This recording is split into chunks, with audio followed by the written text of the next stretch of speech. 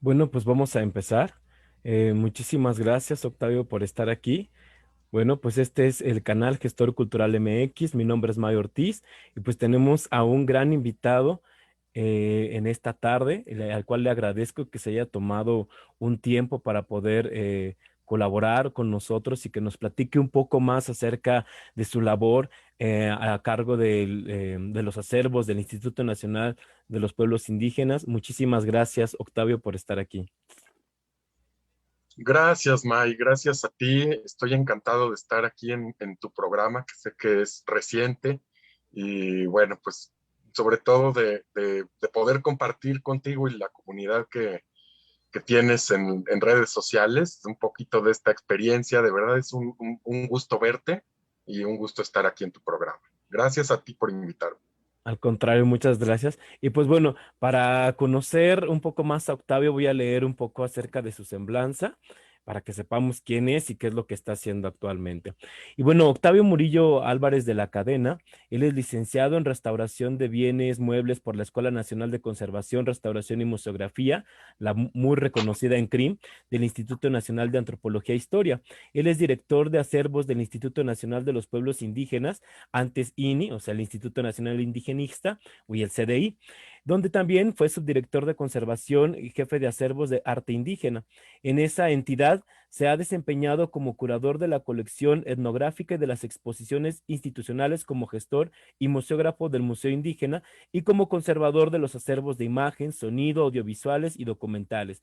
Anteriormente colaboró como restaurador en el Museo Nacional de Antropología y se ha desempeñado como docente de museología en la Escuela Nacional de Antropología e Historia. Pues bueno, esa es un poquito de la semblanza de Octavio Murillo. Nuevamente, muchísimas gracias. Y pues bueno, estamos aquí para platicar un poco acerca de estos acervos que están al resguardo del Instituto Nacional de los Pueblos Indígenas, que es impresionante. El INI, antes el INI, se constituyó más o menos por ahí de 1948 y actualmente pues tiene una serie de tiene una fonoteca, una fototeca, registros audiovisuales, en fin. Y pues bueno, esa sería la primera pregunta, Octavio. ¿Cómo llegas tú al Instituto Nacional, ¿no? A colaborar específicamente en esta área de los acervos? Ay, bueno, pues un poquito de historia, porque eso ya tiene muchos años.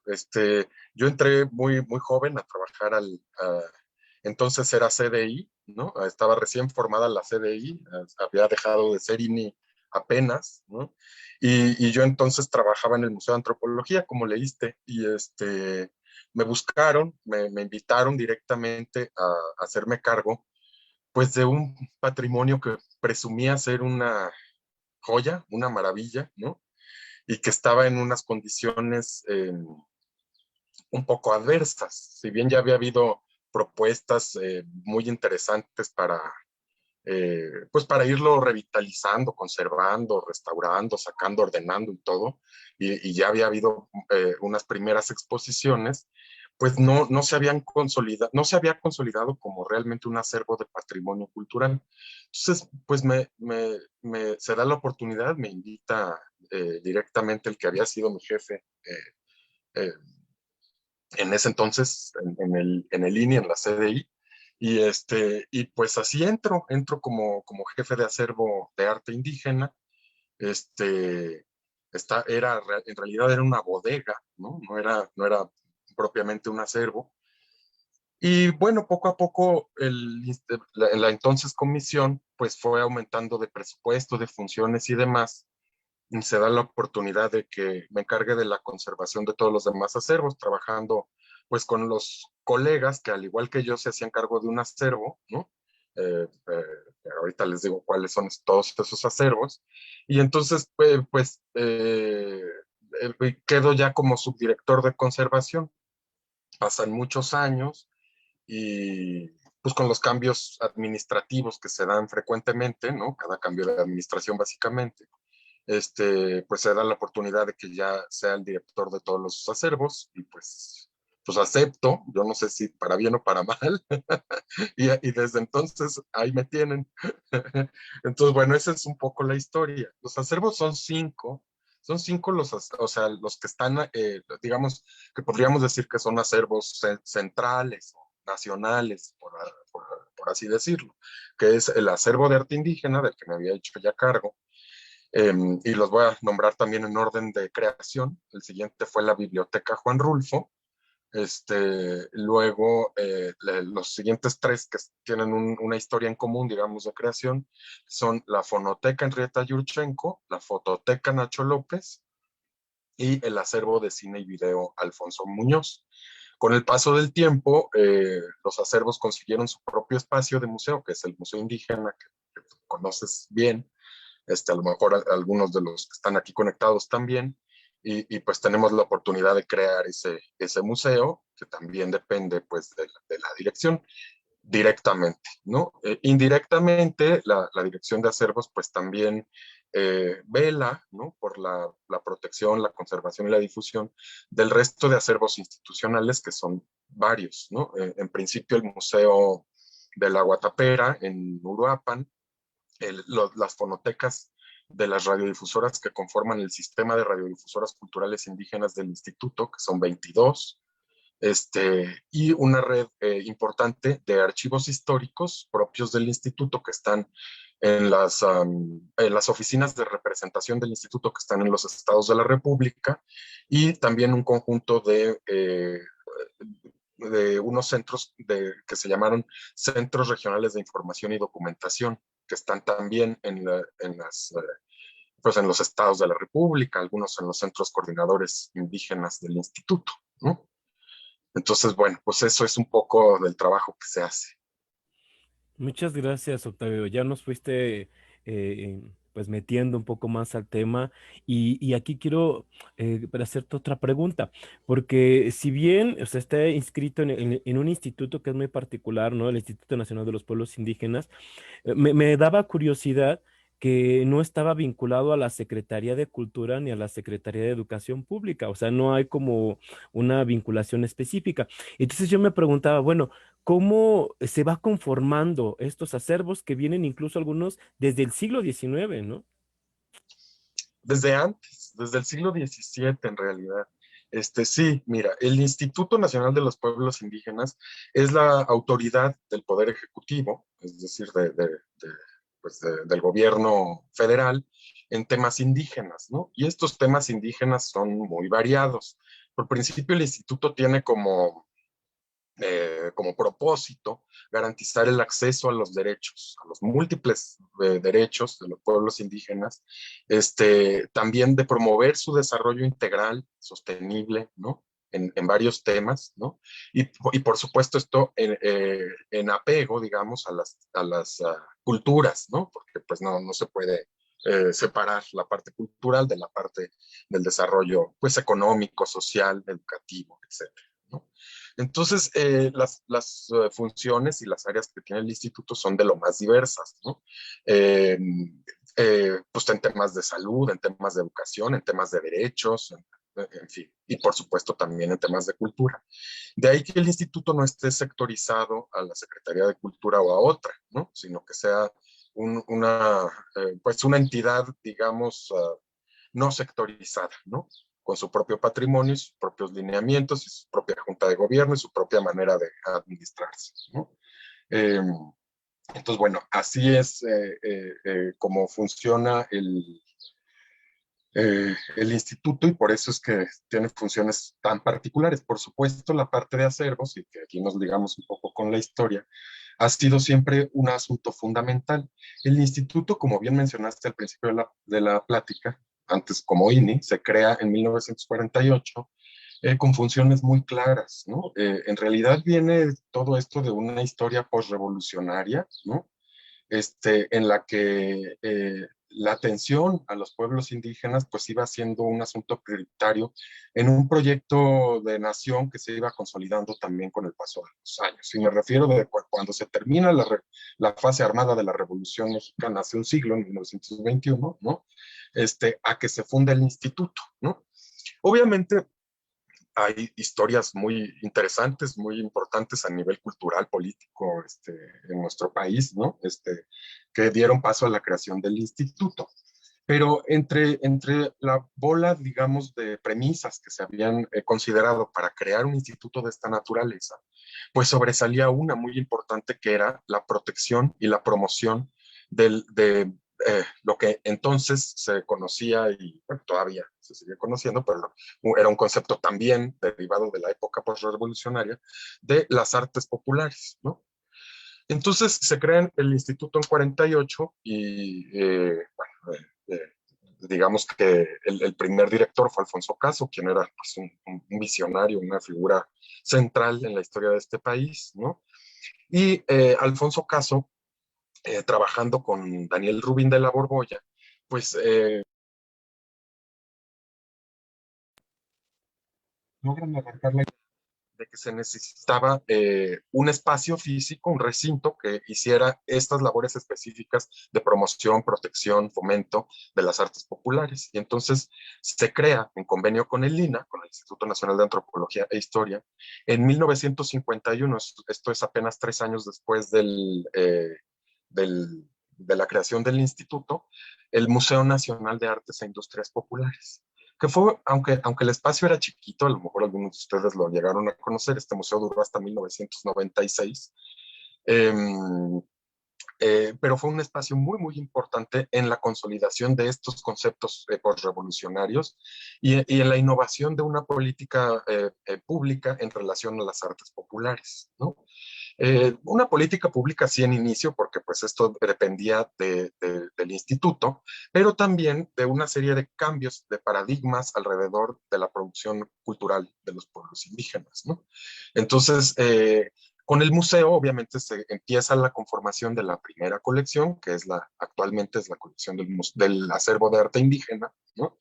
Este, y bueno, pues así empieza la historia del coleccionismo en la institución, ¿no?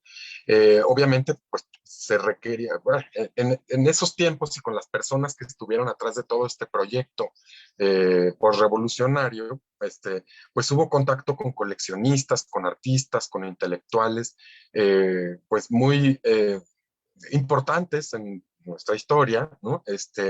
Que ayudaron a ir generando la primera colección, ¿no?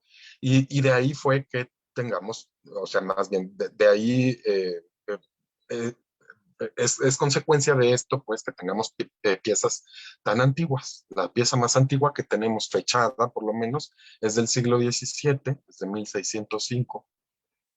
Y poco a poco el patrimonio fue creciendo, ¿no? No somos un acervo especializado en temática histórica, ¿no? O sea, no somos el Instituto de Antropología e Historia, no es otro instituto, pero gracias a eso podemos conservar pues esas antigüedades, ¿no? Por decirlo de alguna manera.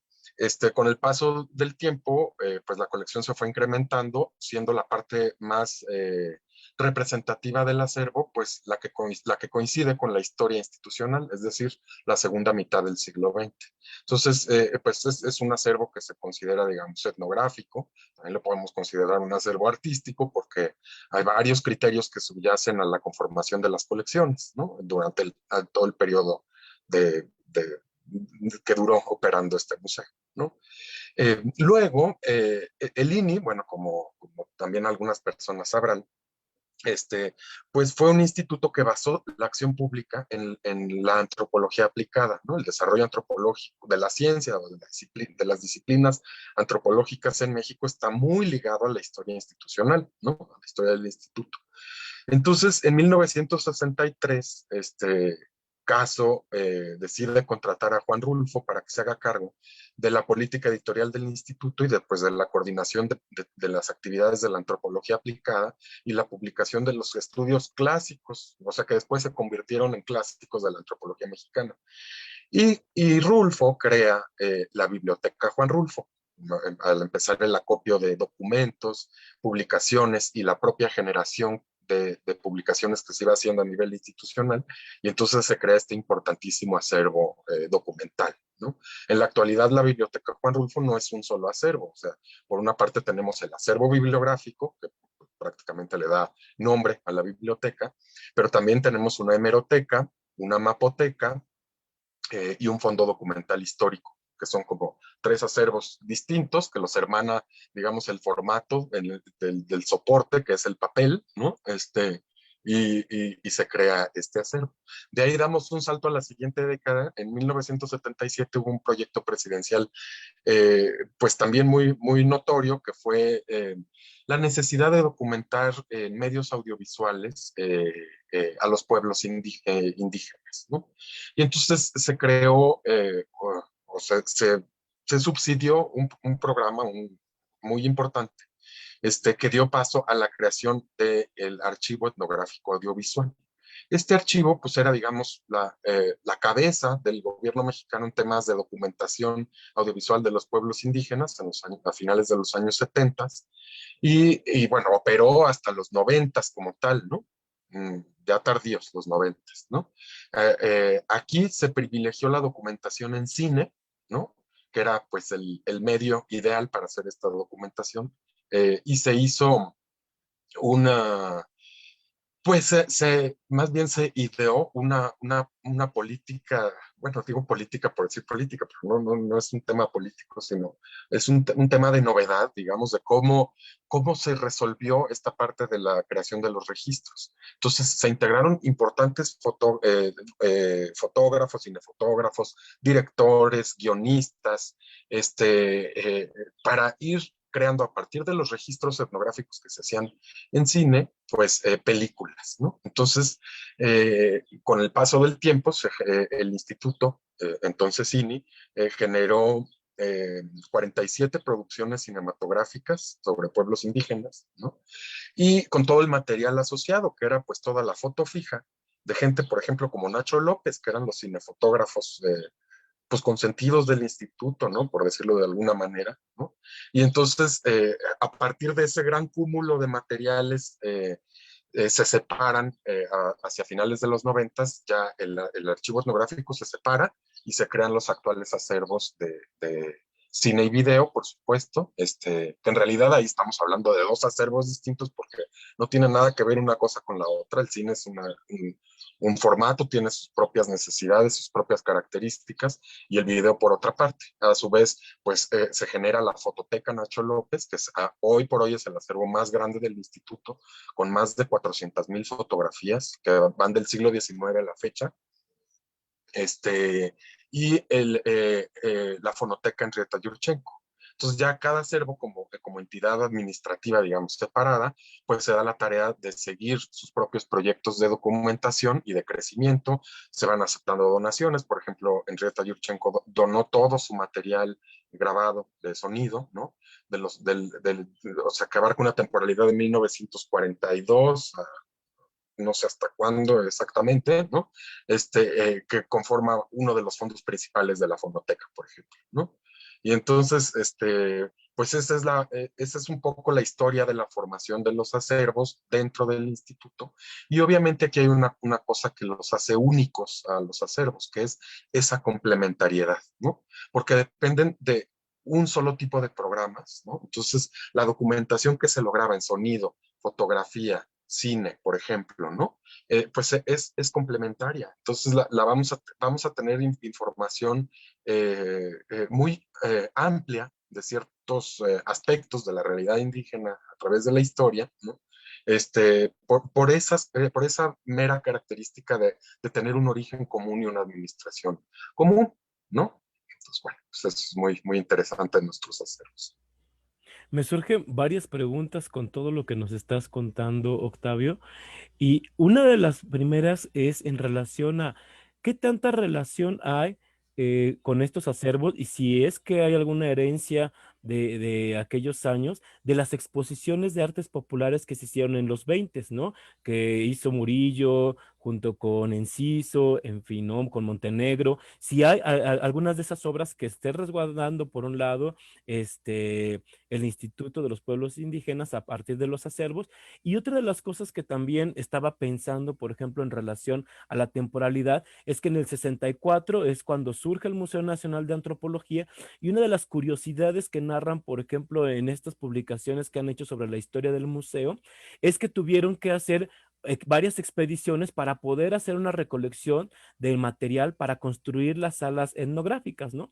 Entonces, quisiera saber si también hay alguna relación de esos materiales que se consiguieron en aquellos años con relación a los acervos que hay. Y la otra, digo, para aprovechar, ahora que estabas hablando, por ejemplo, sobre este resguardo y sobre, pues sí, de las complejidades de mantenerlo, de conservarlo, si están en algún proceso de digitalización para que sea de acceso público. Sí, bueno, las dos preguntas te contesto que sí, de entrada. O sea, es muy interesante todo el periodo, digamos, de este segundo nacionalismo, si le queremos llamar así, de esta idea de la construcción de una identidad nacional a partir de las artes populares. Este periodo fue amplio, no podemos decir que solamente hubo una sola clase de acciones, ¿no? Pero lo que sí podemos decir es que sí hubo una misma clase de personas, o un mismo grupo de personas que impulsaron mucho eh, pues de las cosas importantes de nuestro país y que marcaron la segunda mitad del siglo, ¿no?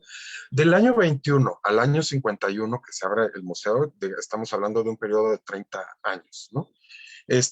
La primera exposición, como bien dices, pues se encarga el doctor Atl en 1921, que es la de las artes populares con su catálogo, ¿no? Y de ahí hay un cambio de paradigma, digamos, importante alrededor de la producción cultural de los pueblos indígenas, ¿no? Que es este concepto de arte popular, ligar el quehacer artístico de los pueblos con la economía de las propias comunidades, en fin, una serie de premisas que dan sustento. Y eso pasa, obviamente, a través de la imagen, ¿no? Que toman los artistas, digamos, académicos, los artistas no los populares, sino los artistas postrevolucionarios como Rivera y demás, ¿no? Pasa intacto en el arte mexicano, ¿no? Durante este periodo de 30 años, ¿no? Y en ese periodo, pues estas personas fueron las personas claves, ¿no? Para 51 ya podemos hablar de un momento que tiene que ver con el indigenismo, ¿no? El indigenismo, pues no tanto como una filosofía, pero sí como una política, ¿no? Que es la política que además va um, a hacer posible y teóricamente viable, digamos, ¿no? Todos los ideales que se habían planeado los 30 años anteriores, ¿no? Entonces, el Instituto Nacional Indigenista, pues, nace en el seno del indigenismo, ¿no? Y va a consolidar las prácticas indigenistas, que eran unas prácticas, pues, integracionistas, ¿no? De incorporación a los pueblos indígenas a la modernidad, costara lo que costara, en fin, ¿no? Pero también una época en que se hizo mucho por el fomento de las artes populares. Entonces, sí hay una relación directa entre todas las colecciones que fueron formadas por estos personajes, ¿no? Si tú ves la colección Montenegro y luego ves la del 51, pues no hay mucha diferencia. Si ves la de antropología, pues tampoco, porque aunque a pesar de que el Museo Moderno de Antropología que conocemos todos ahí en Chapultepec fue inaugurado en 64, pues no es un museo que se inventara de la nada, es el museo más antiguo del país y ya tenía un departamento de colecciones etnográficas y además ya había sido dirigido por el propio Rubín de la Borbolla, que después fundó el Museo Nacional de Artes e Industrias Populares. Entonces, en realidad estamos hablando de las mismas personas, estamos hablando de las mismitas personas, ¿no? Alguien que, por ejemplo, participaba mucho en las primeras exposiciones del Museo Nacional de Artes e Industrias Populares fue Miguel Covarrubias, él era el museógrafo, ¿no? Alfonso Soto Soria, el gran museógrafo mexicano, pues era el ayudante de Miguel Covarrubias en la creación de estas primeras exposiciones. Y las colecciones que se iban mostrando, integrando tanto en las exposiciones temporales como que pasaban a formar parte de la colección, pues eran colecciones que estaban hechas por los del mismo círculo de coleccionistas que existía, los mexicanos, por ejemplo, como Víctor Fosado, ¿no? Y los extranjeros como Frederick Davis, René de Roncourt, que además pues daban forma a todos los museos y eran amigos, digamos, de Montenegro, ¿no? Y de Miguel Covarrubias, y de los mismos. Si tú ves las colecciones, de verdad, resulta a veces increíble que estén en poder de diferentes entidades, porque son muy parecidas, son complementarias y tienen más o menos los mismos elementos. Obviamente hay matices y hay variantes conceptuales en cada una de ellas, digamos, en cuanto, bueno, hoy podemos hablar de cuestiones curatoriales, antes no, pero sí había, o sea, sí, hay diferencias, pero hay muchas semejanzas porque son justamente creadas por las mismas personas, ¿no? Ahora, de respecto a tu segunda pregunta, sí, el instituto tiene entre sus funciones, pues muy importantes, tiene básicamente tres funciones que corresponden a procesos y a disciplinas, ¿no? Ligadas con el patrimonio cultural. Y esto va asignadas directamente a los acervos como comunidad, ¿no? Comunidad administrativa, ¿no? Que son la conservación. Esto no, la conservación pues no es nada más la conservación preventiva, o sea, es además de la conservación preventiva, son todas aquellas cuestiones que tienen que ver con restauración, con preservación digital, que es donde entra lo que decías de la digitalización, ¿no? Todo el aspecto de seguridad, protección de desastres, seguros, siniestros, etcétera. Todo eso lo englobamos dentro de esta área, digamos, de la conservación, ¿no? Por otra parte, está el área de la documentación, que tampoco no es nada más estar investigando piezas, ¿no?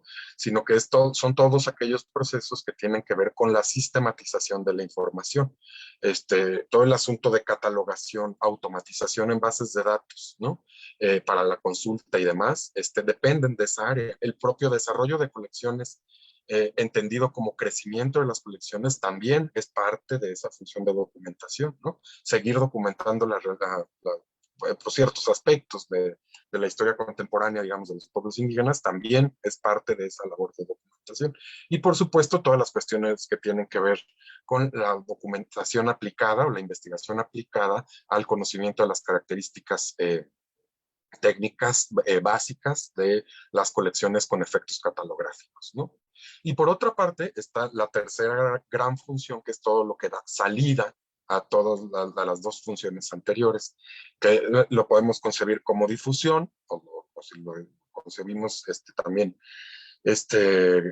con todo lo relacionado con la museología, ¿no? Con todos los procesos de salida de esa información, ¿no? De entrega a la sociedad en su conjunto de esos contenidos que tanto nos esforzamos en conservar y en digital y en documentar, ¿no? Y todo eso pues tiene que ver con muchas cuestiones, desde la autorización de reproducción de una imagen, de una pista de sonido, de una obra audiovisual para un ciclo de cine, en fin, todo ese tipo de cosas, hasta las propias exposiciones, ¿no? El manejo de información en medios de comunicación, en fin, todo ese tipo de cuestiones, ¿no? Publicaciones, ¿no? Todo ese tipo de cosas que también hacemos al interior de la dirección, ¿no? Entonces, pues son como los tres grandes procesos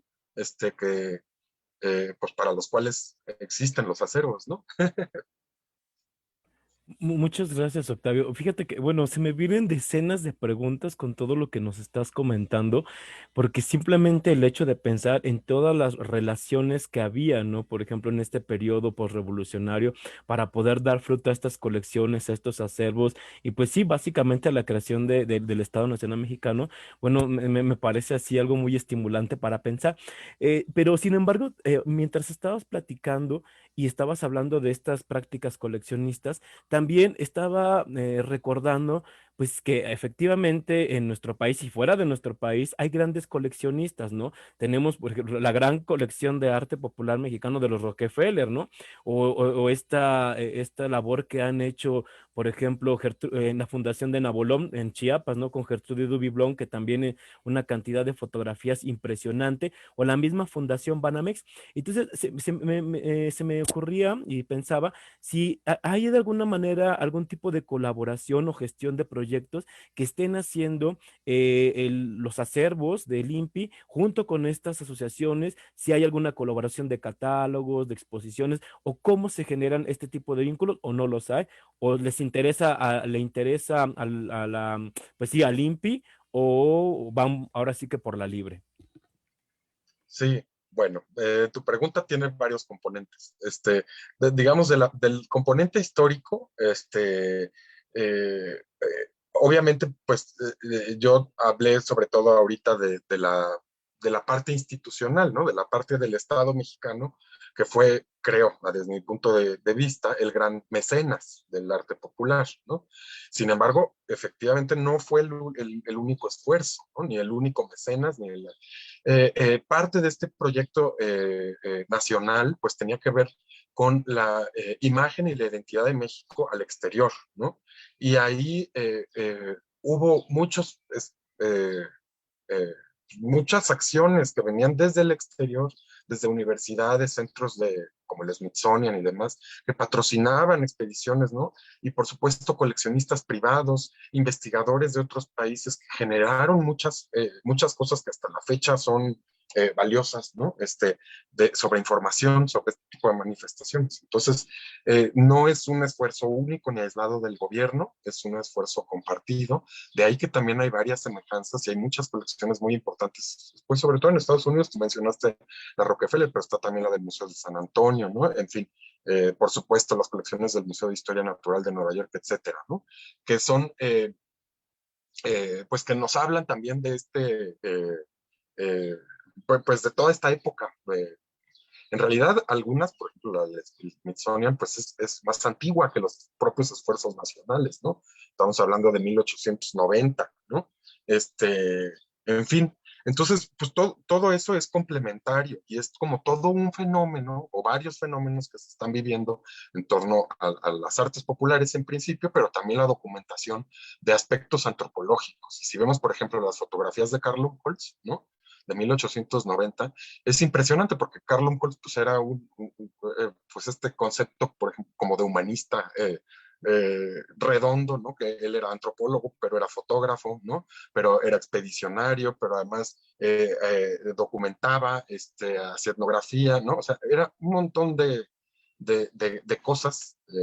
Y si ves las fotos, pues te das cuenta de el concepto que se tenía, por ejemplo, desde el exterior sobre las personas indígenas, sobre los pueblos, ¿no? En este caso, bueno, pues él hizo registros básicamente en la zona noroeste del país, pero bueno, en otras también, ¿no? Entonces, todo eso fue variando mucho y a la par, bueno, hubo muchos asociaciones y eh, hubo mucha emergencia de museos y de centros culturales y de asociaciones y demás durante la segunda mitad del siglo XX. O sea, el asunto con los pueblos indígenas se transformó después de la revolución, ¿no? O sea, la visibilidad que tuvieron en la escena pública pues, fue muy grande y de ahí se derivaron un montón de, de, de causas, ¿no? Que obligaron a diversos sectores de la sociedad, ¿no? Y de la academia, de todos lados, ¿no? A hacer esfuerzos que en su mayoría estaban vinculados también con el gobierno, ¿no? Todos fueron eh, así tan autónomos, ¿no? O sea, siempre había como una relación. Y en particular el instituto, a través de la red territorial que tenía y que tiene, porque ahora es más amplia, pues siempre facilitó como esa clase de colaboraciones entre todas las colecciones. Cada centro, cada colección, cada lugar, pues como te decía, pues tiene sus propios motivos, sus propios objetivos y por lo tanto sus propias diferencias, ¿no? Este, pero bueno, pues sí, siempre se siguió en este espíritu de vincular los diferentes esfuerzos, ¿no? O sea, muchas asociaciones siempre se acercaron al gobierno por cuestiones presupuestales o territoriales, en fin, un montón de aspectos, ¿no? Y hasta la fecha tenemos mucha colaboración con gran cantidad pues de entidades, vamos a ponerle un nombre adecuado, ¿no? Porque no necesariamente son del orden público, también privado. En su mayoría, ahora las colaboraciones que más tenemos son en términos de exposiciones, en términos de publicaciones, ¿no? En términos más bien como de la difusión de estas colecciones, ¿no? Trabajamos con cantidad de museos, con cantidad de editoriales, ¿no? Que les estamos proporcionando insumos, tanto de información como de propio patrimonio, para exposiciones, para publicaciones y demás, ¿no? Entonces, pues sí, hay varios. Serían, no te los podría enumerar, porque son muchísimos, ¿verdad? Sí, sí, lo creo. Y estaba también pensando, pues sí, en estos esfuerzos que ha hecho otras instancias, ¿no? Pensaba, por ejemplo, en el Centro de Textiles del Mundo Maya, también de Banamex, en la Fundación Harp Elú, ¿no? Con el Museo de Textiles en Oaxaca, en fin. Pero bueno, quisiera hacerte también otra pregunta. Pensando, por ejemplo, en este sentido de esta gran colección que nos has contado, ¿no? De cientos y de miles de archivos, ya no solo de audio, también de bienes culturales, patrimoniales. eh, ¿Cuál es la importancia que tiene en América Latina? Sé que, o sea, que estos archivos son como muy paradigmáticos, incluso a nivel continental. Y te quería preguntar, aparte de esto, ¿no? De su trascendencia, o sea, si tú conoces o si sabes de algún otro archivo o acervo que haya en otro contexto de esta región latinoamericana parecida. Digo, pensando que en otros lugares, por ejemplo, la situación con las comunidades, pues ha sido tensa, ¿no? Pensemos, por ejemplo, en el caso argentino, chileno, ¿no? Pero en el caso mexicano, pues no es así. Entonces, si nos pudieras como adentrar un poco más con respecto a los acervos del INPI en relación a América o América Latina específicamente. Pues sí, mira, ahí al interior de la Dirección de Acervos siempre decimos que son que son los acervos de patrimonio cultural indígena más importantes a nivel latinoamericano, ¿no? Obviamente de patrimonio indígena mexicano, ¿no? Cada país, por supuesto, tiene sus propios acervos y su propia importancia, ¿no? Y pues más que decir que un acervo es más importante que otro, diría que lo que tiene mucha fuerza en los acervos del INPI es esa complementariedad de la que hablaba al principio, ¿no? Que no esté el registro solo, ¿no? Muchas veces durante la grabación, por ejemplo, de una Semana Santa con los Lloreme en Sonora, pues también se aprovechaba y se traían máscaras, ¿no? Para la colección. Entonces, siempre hay una complementariedad que es lo que más fuerza creo que le da. Además del volumen, son acervos pues particularmente grandes, ¿no? Estamos hablando que en su conjunto son más de medio millón de bienes culturales, ¿no? Si nos vamos obviamente por cada uno de los acervos, pues no te sabría decir si son más o menos importantes que otros. Pienso, por ejemplo, en el Museo Nacional de Antropología, que posiblemente es el acervo más importante del país, ¿no? En cuanto a etnografía, ¿no? Y por lo menos en tamaño uno de los más grandes que hay, ¿no? Que duplica o triplica el acervo de arte indígena de nosotros, ¿no? Entonces, no hablando de los acervos aislados, pero sí de los acervos en su conjunto, sí creo que la riqueza que estos tienen es muy, muy importante. Y a nivel latinoamericano, pues obviamente también, obviamente, mira, en el acervo de arte indígena, por ejemplo, una de las colecciones importantes es la colección extranjera. Tenemos obra de todos los países y territorios de América, ¿no?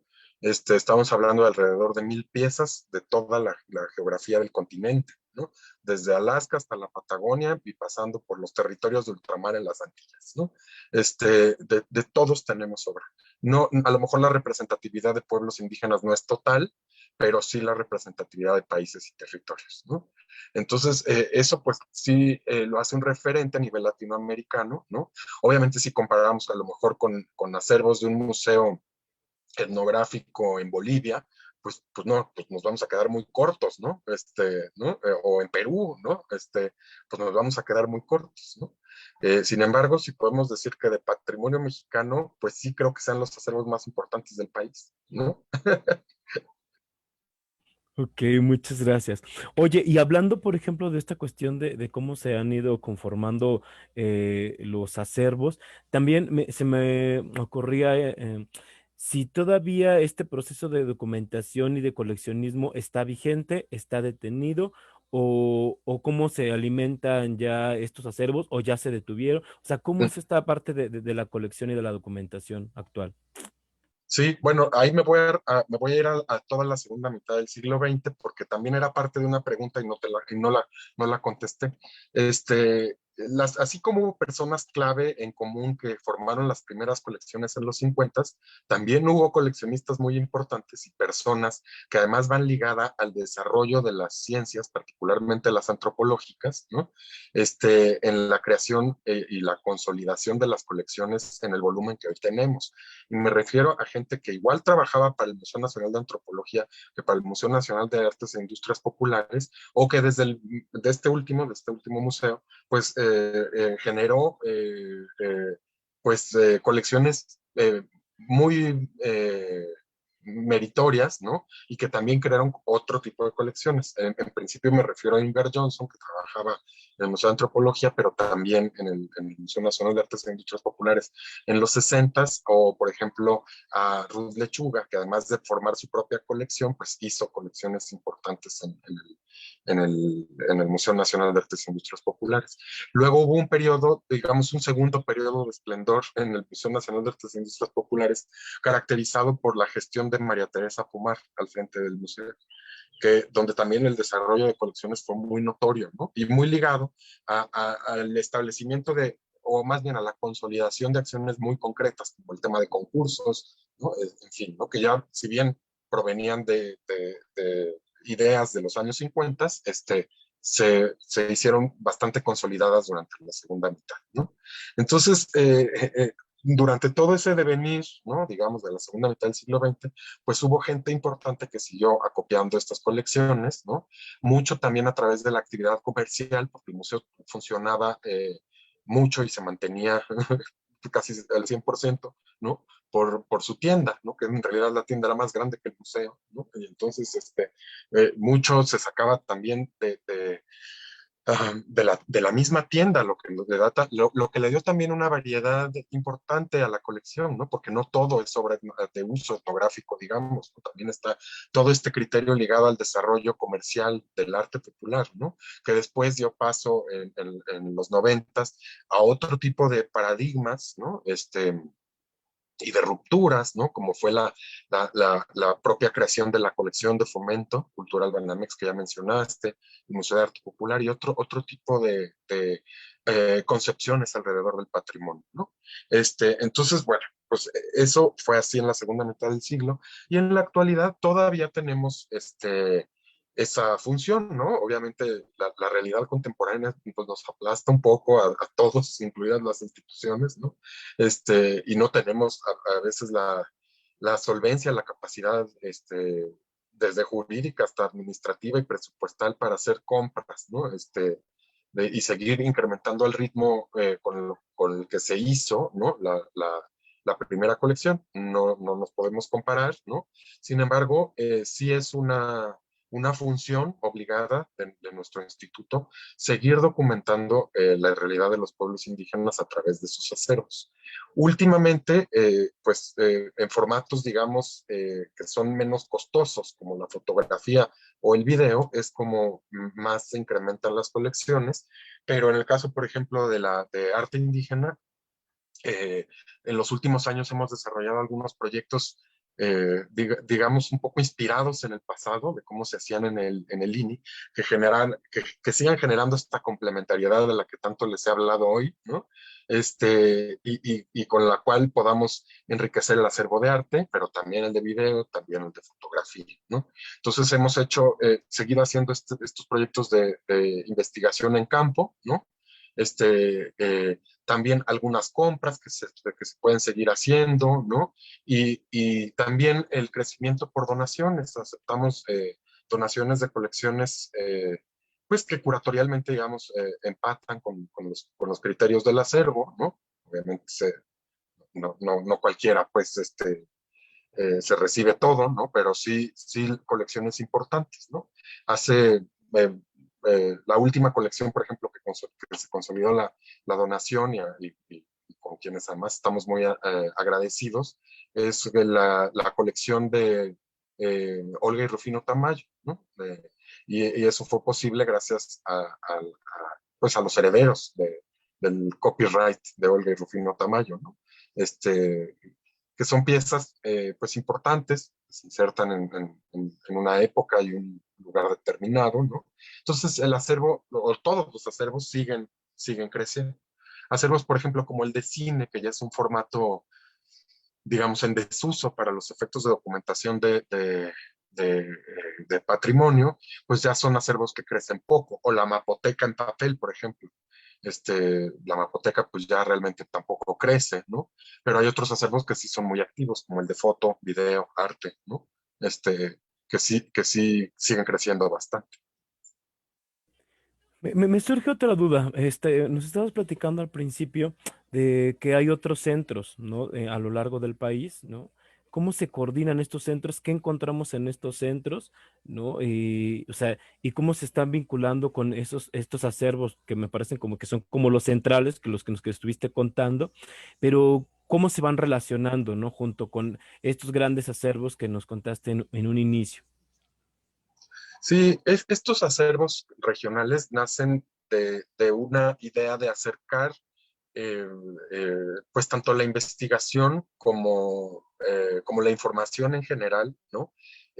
Sobre pueblos indígenas para su uso en contextos pues cercanos a los pueblos indígenas, ¿no? No están en cada comunidad, pero sí en puntos estratégicos, ¿no? Nacen en un momento previo, digamos, a que el Internet fuera una herramienta tan masiva como ahora, ¿no?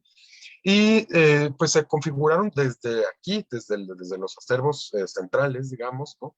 Se hicieron los envíos pues básicamente de libros y videos, ¿no? Y fonogramas. Pues de entrada toda la publicación institucional, ¿no? O sea, todas las publicaciones institucionales para compartirlo en las propias zonas, ¿no?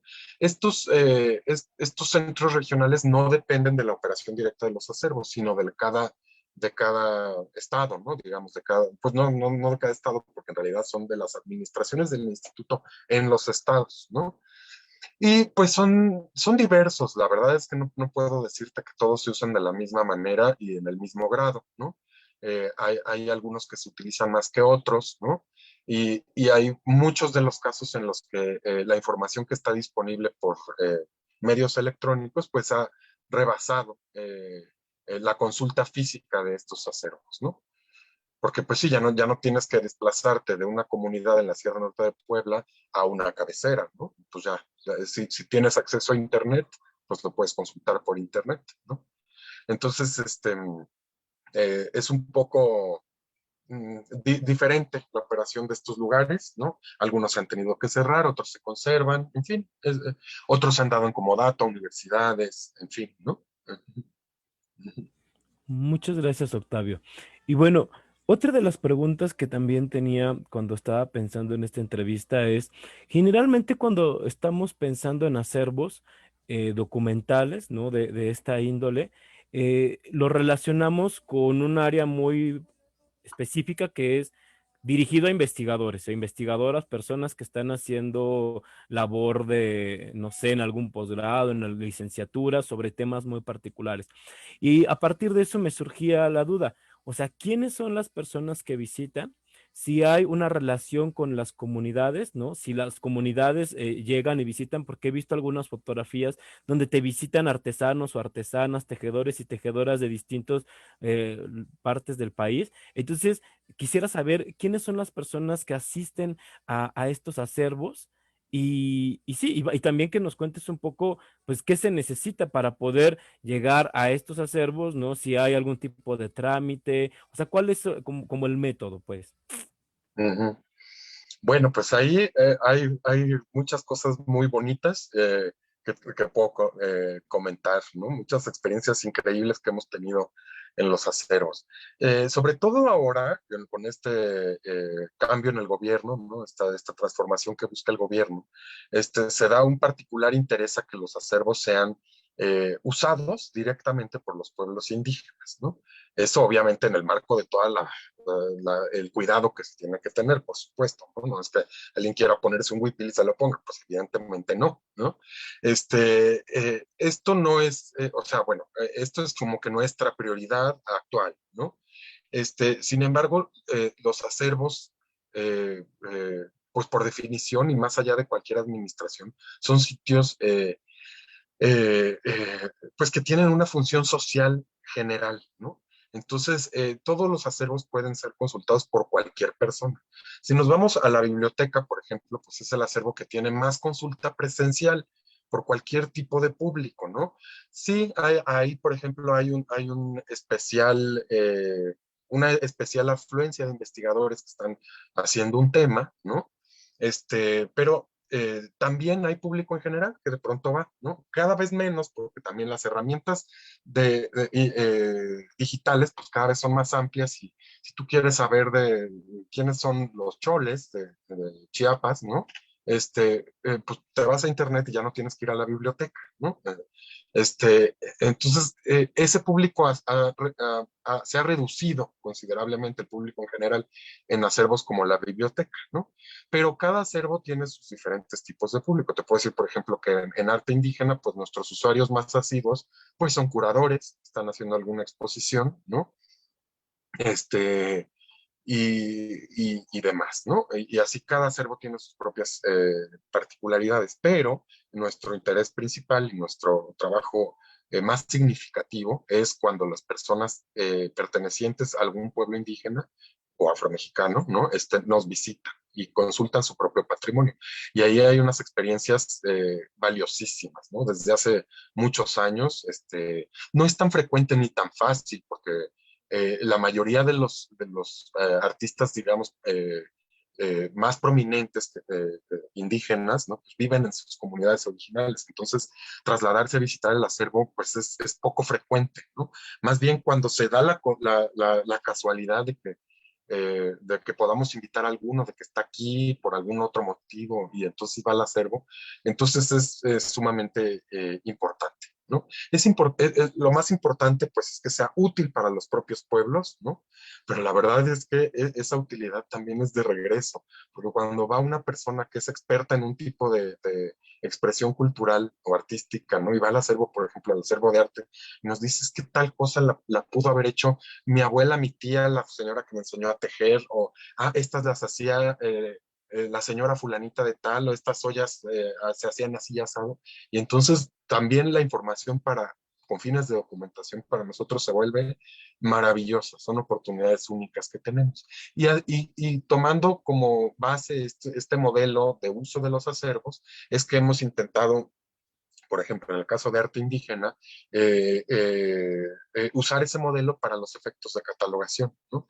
Desde 2006 iniciamos un proceso, o sea, un sistema y un proceso de catalogación, pues único en el mundo del museológico en México en ese entonces, ahora ya no es tan único, ya ha pasado mucho tiempo y hay muchas mejoras por fortuna, ¿no? Pero empezamos a hacer eso, llamando especialistas, tanto especialistas en una expresión cultural determinada, que pueden ser académicos o especialistas formados de otras maneras, ¿no? Como, por supuesto, los propios artífices, ¿no? Entonces, eso ha sido sumamente enriquecedor para los efectos de la información. Me parece fascinante lo que nos estás contando, ¿no? Como pareciera que nada más se aprende de manera vertical, pero aquí en estas instituciones pues se permite también esta posibilidad, ¿no? De aprender de esos otros, ¿no? Que finalmente son las personas que portan este patrimonio. Y bueno, quiero hacerte dos preguntas porque esta también me parece como importante y más en el contexto de lo que está sucediendo, también tienes el derecho a no responderla, pero con toda esta cosa de lo que otra vez vuelve a pasar con estos agentes privados, ¿no? Por ejemplo, estamos viendo el famoso esponja de lufa, ¿no? Que se está comercializando por Sara, pero esto no solamente ha pasado eso, digo, más allá de si la esponja se vende o no se vende, esto ha estado sucediendo en una gran cantidad de veces, ¿no? En los últimos años, con distintas instancias, ¿no? Tenemos a Isara, Zimmerman, Carolina Herrera, en fin, tantas empresas que han estado lucrando. Digo, así como tenemos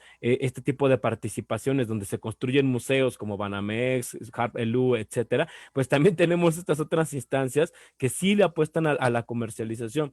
Quisiera saber si tú tienes algún punto de vista específico respecto a esto, ¿no? A este tema. O igual también eres dueño de tu silencio. No, mira, por supuesto o sea, bueno, yo tanto por convicción como por la propia naturaleza y perfil de mi puesto, estoy absolutamente en contra del mal uso de los diseños indígenas para cuestiones ajenas a su propio desarrollo, ¿no? Esto, bueno, tiene muchos matices, la verdad es que tiene muchos matices, hay cuestiones que indiscutiblemente están mal, ¿no? Hay otras cuestiones que no están tan mal, ¿no? Y también, pues todo esto es el propio, pues son consecuencias de lo que ha pasado con el fomento de las artes populares a través de la historia, ¿no? Entonces, obviamente condeno todo mal uso del patrimonio indígena, del conocimiento indígena. Eso no debe de ser permitido ni tolerado, debe de ser sancionado y todo el uso que se haga del conocimiento tradicional en su conjunto, ¿no? Pues tiene que estar, por supuesto, aprobado por ellos, ¿no?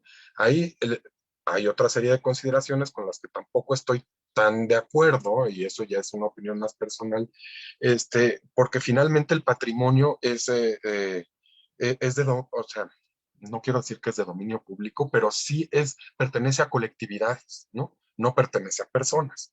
Y entonces la manera en que se legisle y pues debe de considerar a esas colectividades, ¿no?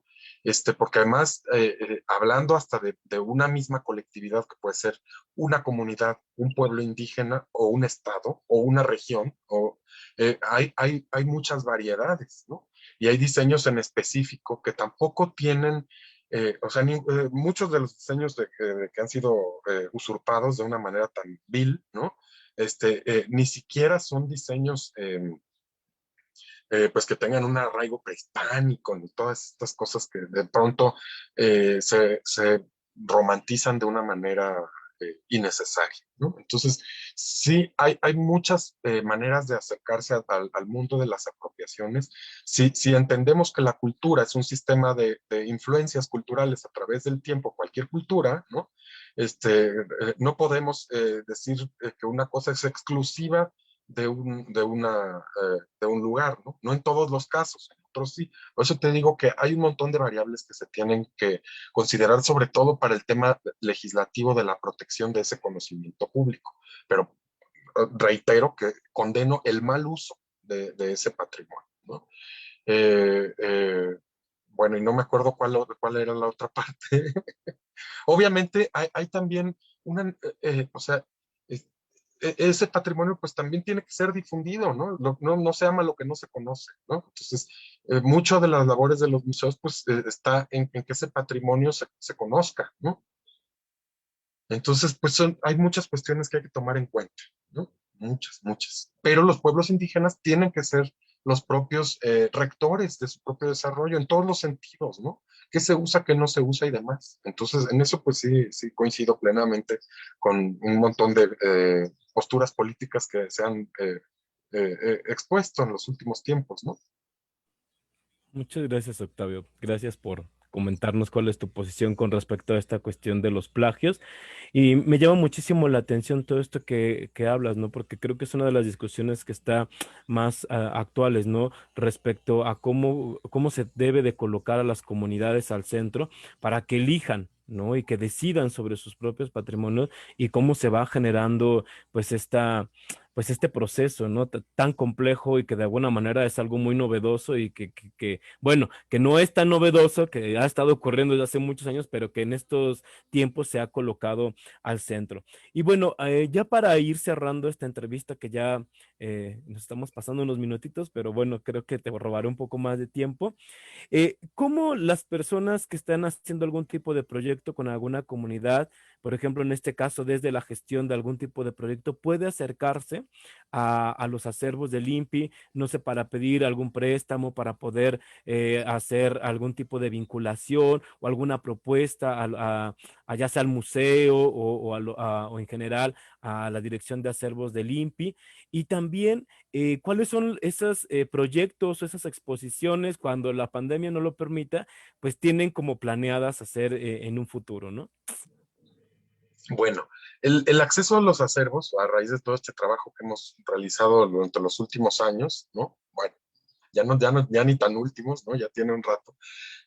Los acervos todos están disponibles para consulta en línea, ¿no? En cualquier dispositivo que tenga conectividad a Internet, pueden teclear en la página del propio instituto, que es un GovMX diagonal INPI, ¿no? O directamente con la liga al catálogo, ¿no? Que es acervos.inpi.gov.mx, ¿no? Y fototeca.inpi.gov.mx. Es que son dos catálogos distintos. En uno está exclusivamente la fototeca y en el otro está todo lo demás, ¿no? Ahí pueden acceder directamente al patrimonio que ya se ha catalogado, eh, que es arriba del 50%, ¿no? No todo está todavía catalogado, porque como ustedes saben, el paso de los medios analógicos a digitales es una labor permanente, bastante complicada y demás, pero sí somos una institución que tiene un avance bastante significativo en comparación con otras, ¿no? Entonces, todo ese patrimonio lo pueden encontrar en línea. En el caso de la fototeca, por ejemplo, pues van a encontrar las miniaturas de las imágenes y eso es muy fácil. La otra, si quieren hacer ya contacto directamente con algún acervo, pues lo pueden hacer por correo electrónico. En la página del instituto está toda la red de transparencia, ¿no? Donde pueden encontrar todos los contactos de todos los servidores públicos que ahí trabajamos. Pero si quieren para más fácil, pues me pueden escribir directo a mí. Mi correo es omurillo@inti.gov.mx. Es INP y de Instituto Nacional de Pueblos Indígenas, ¿no?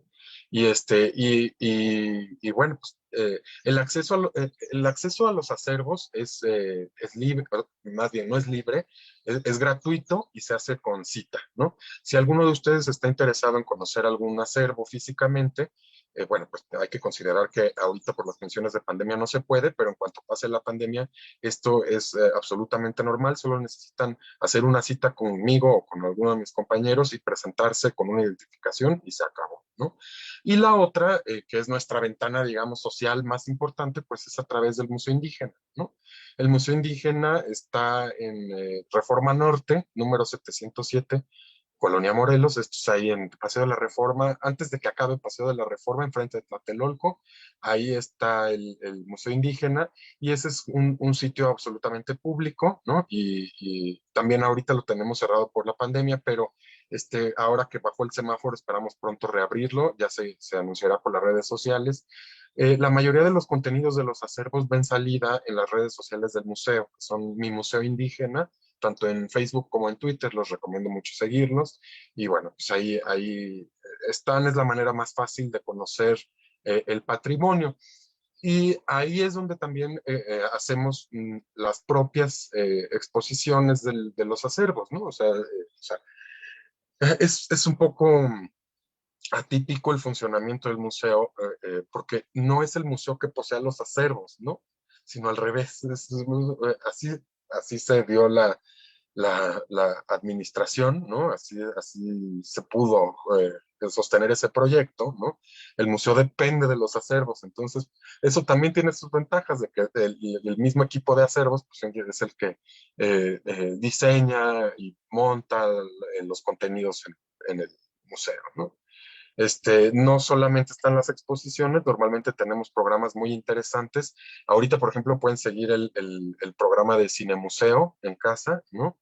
Que cada jueves tenemos una proyección de algún material importante, ¿no? La verdad, algunos tesoros que se han estado transmitiendo. El lunes, que es Día de la Mujer, vamos a transmitir las obras inéditas de ICOTS que se hicieron en 1985 de cine, ¿no? En fin, vamos a tener un programa de video con motivo del mes de la mujer, pero siempre hay algún programa en especial. Ahora más que presencial, pues el museo opera a través del Facebook y del Twitter, entonces pues métanse ahí.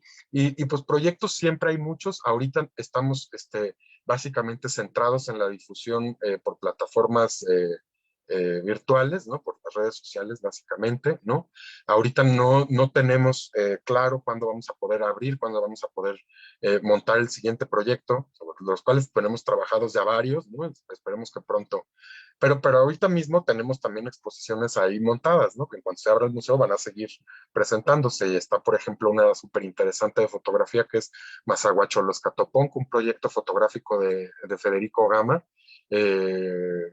muy, muy interesante. Pero también tenemos México Megadiverso, que es una exposición preciosa pues hecha, lograda básicamente con objetos, ¿no? Con piezas artísticas, ¿no?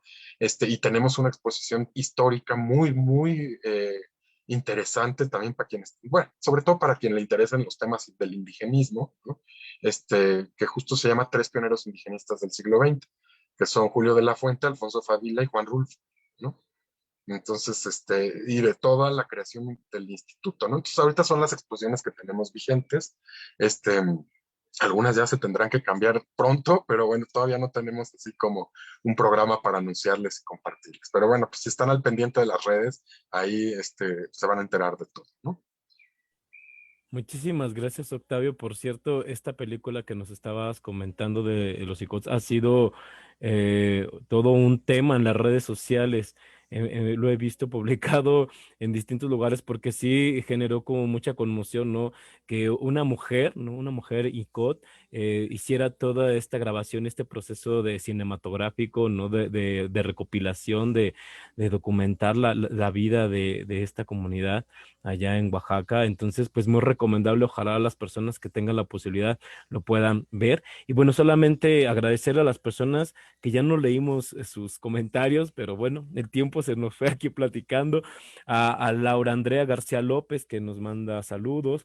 A Jaime Loera, que también por acá ponía saludos. Buenas tardes, qué gran persona para esta entrevista. Felicidades. Muy interesante la perspectiva de las artes populares. Un fuerte abrazo. Que por cierto, el compañero Jaime Loera, bueno, tiene un espacio ahí que se llama Gomita Arte Textil, que próximamente van a hacer una venta de artesanías. Tenemos a Carlos Sainz también, un amigo tejedor de allá de Michoacán, de los Gabanes, de por allá de esa zona. Y pues bueno, les damos muchísimas gracias a todas las personas que estuvieron siguiendo esta entrevista. Y pues también invitarles a las próximas presentaciones que vamos a tener por acá. Vamos a tener a la maestra, arqueóloga, antropóloga argentina, Paulina Álvarez, que nos va a hablar de un tema bien polémico en Sudamérica, que es sobre la restitución de los cuerpos humanos, ¿no? Que es sobre el despatrimonialización, un tema bien polémico, pero que es importante pues trabajarlo y entender y saber de qué va esto. Específicamente ella estuvo trabajando sobre las momias de Yuyayaco. En una zona de allá de Argentina, de norte Argentina. Posteriormente también vamos a tener a Lourdes Calvo, una empuntadora de rebozos de la zona del Estado de México, que seguramente también nos va a compartir muchas cosas. Y muy pronto también, por allá en el 16 de marzo, al doctor Mario Ruffer, que nos va a hablar sobre patrimonio, memoria y gubernamentalidad, también todo un tema que se está trabajando en el doctorado en humanidades de la UAM Xochimilco.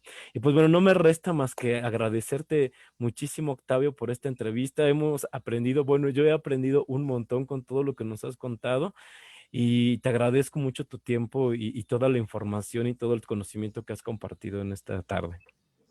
Ay, Mike, pues al contrario, para mí es un gusto porque además es una oportunidad para difundir entre nuevos públicos los acervos, los contenidos, ¿no?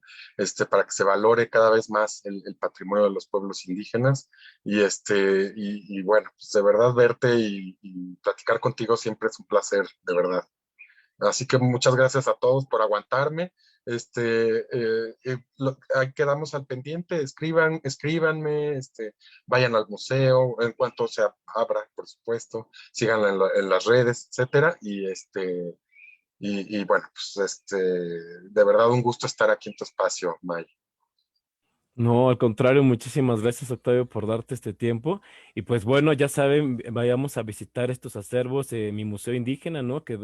Es donde dan salida precisamente a todos estos acervos de todo tipo, ¿no? Ya supimos, ¿no? Que hay video, que hay audio, que hay obras de arte indígena, en fin, es un espacio que vale mucho la pena visitar y conocer. Y pues ojalá que pronto abran el museo y que podamos ir a visitarlo. Y pues bueno, esto fue Gestor Cultural MX. Mi nombre es Mayo Ortiz y les esperamos en la próxima emisión.